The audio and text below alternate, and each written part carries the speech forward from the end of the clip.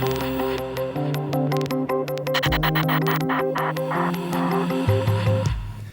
ne présente plus Georges Semprin qui est avec nous, et militant de toujours, militant des droits de l'homme, espagnol rouge pour l'éternité, écrivain. On va parler de son nouveau livre 20 ans et un jour, publié chez Gallimard, et puis également préfacier, et ça c'est plus surprenant, un livre publié par Diane de Célier, magnifique, autour de l'exposition Moi je par soi-même, l'autoportrait au XXe siècle. On a l'impression, Georges Semprin, et vous le dites dans cette préface, qu'à travers ces autoportraits, on se retrouve nous-mêmes. Oui, ce n'est pas tellement surprenant que je fasse une préface parce que j'ai une passion pour la peinture. Une passion pour la peinture, je trouve que c'est un des arts majeurs, bien entendu, ça tout le monde le sait, c'est une banalité. Mais j'ai eu l'occasion dans ma vie de voir travailler des peintres. Et pas n'importe quel peintre du XXe siècle, espagnol ou français, comme Picasso. Enfin, et c'est très fascinant pour un écrivain de voir travailler un peintre. Bon, tout ça c'est pour vous dire à quel point j'étais content de faire cette préface pour ce livre remarquable et remarquablement édité sur l'autoportrait XXe siècle. Alors, ce sont des œuvres très diverses. Il y a des photos, des peintures, des sculptures. À chaque fois, l'auteur, l'artiste se regarde. Ouais. Et en quelque sorte, à travers l'autoportrait, Pascal Bonafou fait un peu l'histoire de la peinture au XXe siècle. C'est-à-dire cette espèce de bataille qui est l'essence même de la peinture du XXe siècle, cette bataille entre le figuratif et le non-figuratif, entre l'image. Mais évidemment, quand on fait l'autoportrait, le figuratif est au premier plan. Ouais. Et quand même, cette lutte de tant de peintres pour détruire la figure, pour la représenter d'une autre façon. C'est passionnant comme histoire. Alors on découvre en même temps dans quelques-unes de ces reproductions, voilà le livre, il est magnifique, vous disiez, parce que ça vraiment, il faut vraiment saluer le travail d'édition d'un ouvrage comme celui-là, parce que bon, c'est un pari quasiment fou. Hein. L'éditeur, qui est une éditrice, je l'ai connu parce que avec Pascal Bonafou, nous faisons partie d'un prix qui s'appelle le prix à André Malraux de livre d'art. C'est un prix nomade qui va comme ça, qui n'a pas une assise de financement sérieuse, mais qui se débrouille pour donner un prix. Nous avons donné le prix, le dernier prix Malraux de livre d'art a été donné justement à un livre de Diane de Célier, qui est un livre sur les métamorphoses d'Ovide, illustré par la peinture baroque italienne. C'est un livre absolument sublime. C'est un plaisir. Alors, de là, la relation avec cette éditrice et donc le livre de Pascal Bonafou. Vous êtes très touché, on voit une œuvre par exemple de Zoran Muzic, on va découvrir à l'écran, et là vous le dites dans votre préface, évidemment, il a été en camp à Dachau. Oui, Muzic a été à Dachau. Il a fait des dessins sur place qu'il a réussi à préserver dans la bibliothèque de Dachau, parce qu'il est caché derrière les rangées, les dizaines de volumes d'exemplaires de Mein Kampf de Hitler, qui étaient dans la bibliothèque nazie de Dachau.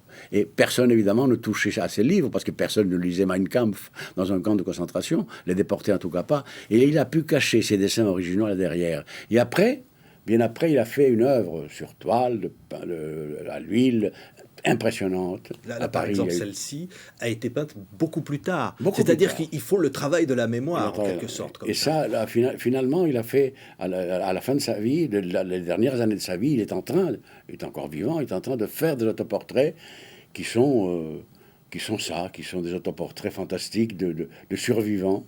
Et en même temps des autoportraits où la bataille entre le figuratif et le non-figuratif, entre la réalité immédiate et la réalité imaginée et transposée, est à l'œuvre. C'est des choses extraordinaires. Alors, et Pascal Bonafou dit dans son texte, je ne sais plus que dire devant ces autoportraits. Et c'est ce silence-là de Pascal qui m'a incité à faire une préface. Justement, pourquoi ce silence sonore de la préface, alors que Bonafou sait très bien parler de toute la peinture, de tous les peintres. Tamara de Lempicka, qu'on découvre ici, la peinture moderne. Pourquoi toujours ce besoin de se peindre, de se représenter ?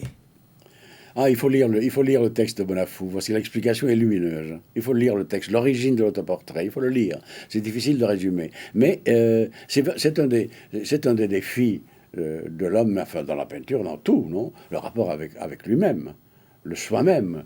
Et qui suis-je ? C'est un des ressorts aussi de la littérature.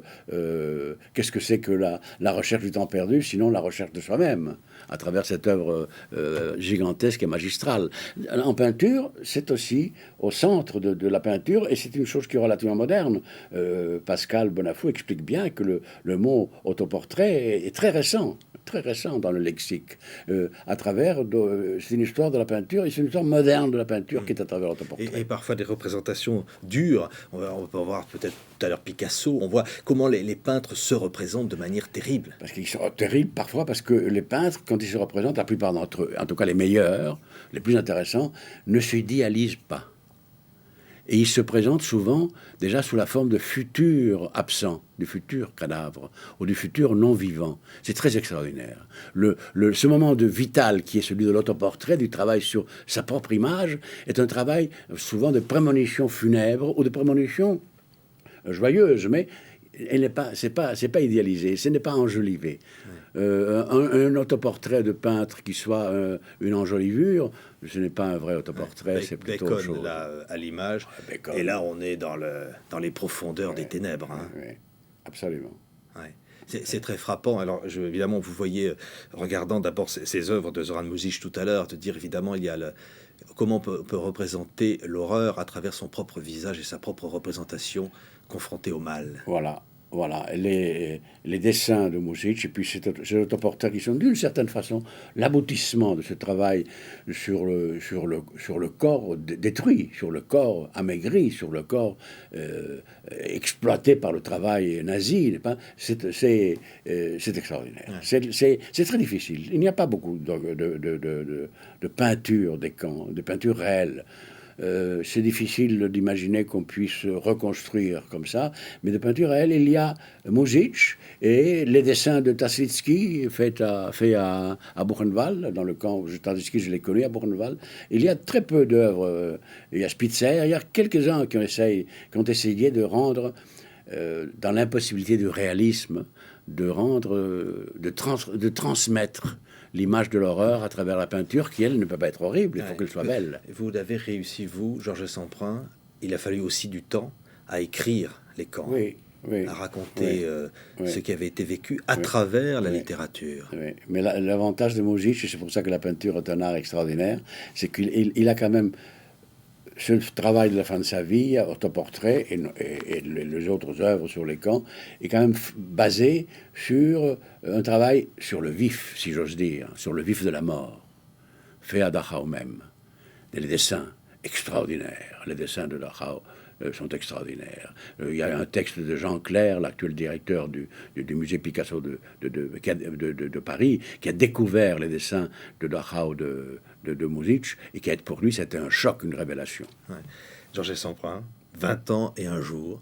C'est un roman publié chez Gallimard, c'est notre nouveau roman. Tout autre chose. Mais là, c'est peut-être aussi un autoportrait. Parce que oui, on vous y voit, c'est une sorte d'autoportrait, parce qu'on se retrouve en 1956 dans cette révolte étudiante en Barcelone, à Madrid, et on replonge finalement dans le franquisme, et votre propre vie aussi, d'une certaine façon, à travers l'impossible réconciliation espagnole. Du point de vue de la purement littéraire, ce qui m'a intéressé, amusé, c'est de changer un peu le code narratif de l'autobiographie romancée et de me mettre en scène d'une certaine façon sous les espèces, sous la figure d'un personnage qui n'existait pas. C'est mon pseudo de clandestinité. Alors, je n'apparais jamais, mais celui qui apparaît, c'est Federico Sanchez, qui était le pseudo de clandestinité. Donc, c'est assez agréable, parce que donc on est dans l'autobiographique, et en même temps, on est dans la distance de la troisième personne. C'est le il. Toujours besoin de se cacher, parce que vos personnages se cachent et cachent leur vérité. Oui, se cacher peut-être pour en dire plus que si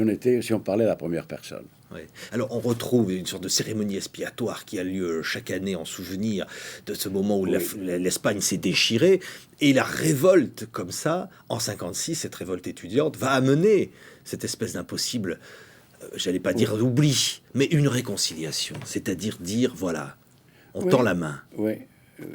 C'est la base de ce qui a été après la transition démocratique en Espagne, n'est-ce pas, après la mort de Franco. La capacité du peuple espagnol pas pour oublier, mais pour censurer volontairement, délibérément, une certaine mémoire, pour rétablir des liens civils, un lien civique, un lien social, qui ne soit pas fondé sur les divisions de l'époque de la guerre civile, mais fondé sur des choses actuelles. Il y a toujours des conflits dans les sociétés. Une société sans conflit n'est pas une société démocratique, bien entendu. Mais on peut les gérer d'une façon démocratique, on peut les gérer d'une façon de guerre civile. Et un oubli ou une reconstruction de la mémoire est nécessaire pour une gestion démocratique de cette mémoire-là. Et l'Espagne, nous y sommes complètement. Nous y sommes complètement. J'allais presque dire un optimisme sur le cours de l'histoire. Optimisme? Non. Non, je crois que l'Espagne du 11 mars, après les attentats terroristes, le Madrid en tout cas a démontré à quel point cette maturité existe. Il faut pas, c'est pas de l'optimisme de considérer que la réaction du peuple de Madrid a été extraordinairement mûre et démocratique, pacifique et en même temps consciente de l'enjeu. Pour moi, c'est une séquence de jours extraordinaire à Madrid. C'est vraiment le grand Madrid de l'histoire. Ouais. On a l'impression, Georges Samprun, que votre vie a toujours été une lutte contre le mal, c'est-à-dire le fascisme, contre ce qui intègre finalement les individus au cœur des sociétés. Et c'est-à-dire trouver derrière ce mal la vérité humaine des gens. C'est-à-dire, c'est le côté, finalement, vous avez été en camp de concentration, vous avez été engagé dans les combats difficiles contre le franquisme. Ça a été une lutte, mais vous avez toujours cru à cette étincelle humaine. Oui, mais je n'ai pas cru, j'ai constaté qu'elle existe. Parce qu'on peut bien entendu, parlons des camps, l'expérience des camps, parce qu'elle est comme c'est une expérience très, très, très concentrée, si j'ose faire le jeu de mots absurde, elle est révélatrice. On peut bien sûr raconter l'histoire de l'expérience des camps en ne racontant que les épisodes horribles, et aussi humainement horribles, c'est-à-dire les capitulations, les dénonciations pour avoir un râpe de soupe ou un peu plus de ration de pain, la collaboration avec les SS justement pour survivre.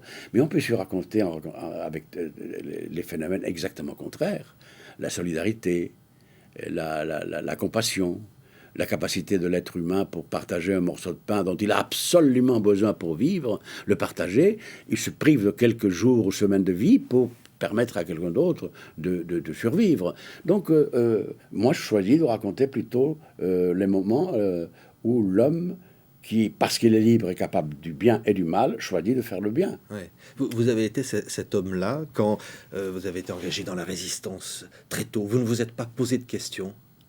Vous savez, je me suis engagé très tôt, mais on était tous très jeunes. Hein. Les résistances, les guerres révolutionnaires, les généraux de Napoléon, tout le monde est très jeune dans certains moments de crise de l'histoire. Donc ça, c'est pas exceptionnel. Mais je sortais de la guerre d'Espagne, que je n'ai pas pu faire, du côté républicain, bien entendu, parce que j'étais trop jeune. J'avais 16 ans à la fin de la guerre. D'une certaine façon, la résistance anti-nazie, c'était le même ennemi. C'était une espèce de... C'était ma guerre d'Espagne à moi.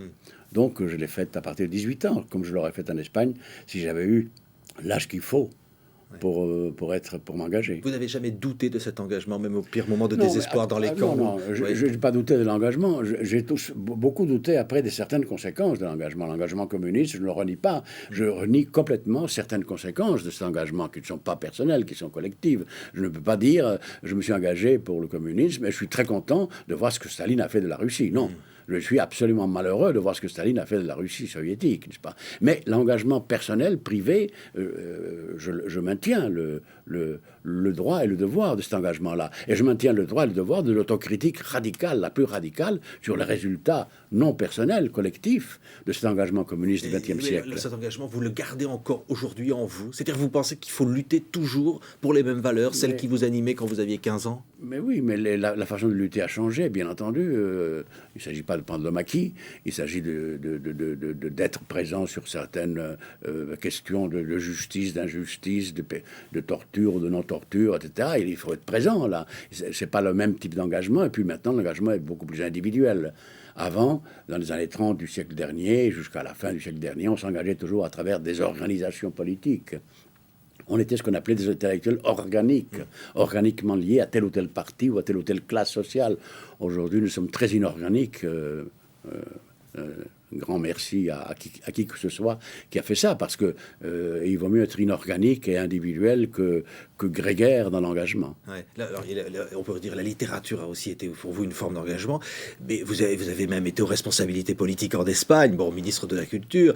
Ça veut dire que quel est le meilleur moyen finalement de changer la société? Vous avez l'impression qu'un écrivain, qu'un peintre, on en parlait tout à l'heure, peut faire bouger les choses davantage qu'un homme politique ou davantage que de descendre dans la rue? L'exemple de l'autoportrait de Mujic, concrètement. Je crois que Zoran Mujic, qui est un vieux monsieur d'une grande noblesse de vie et de figure, etc., il est persuadé il est convaincu, il ne se propose pas de changer la société, mais il se propose de maintenir vivante une mémoire active. Dans ce domaine qui est la peinture, qui est le sien, où il excelle parce que c'est un très grand peintre. Bon.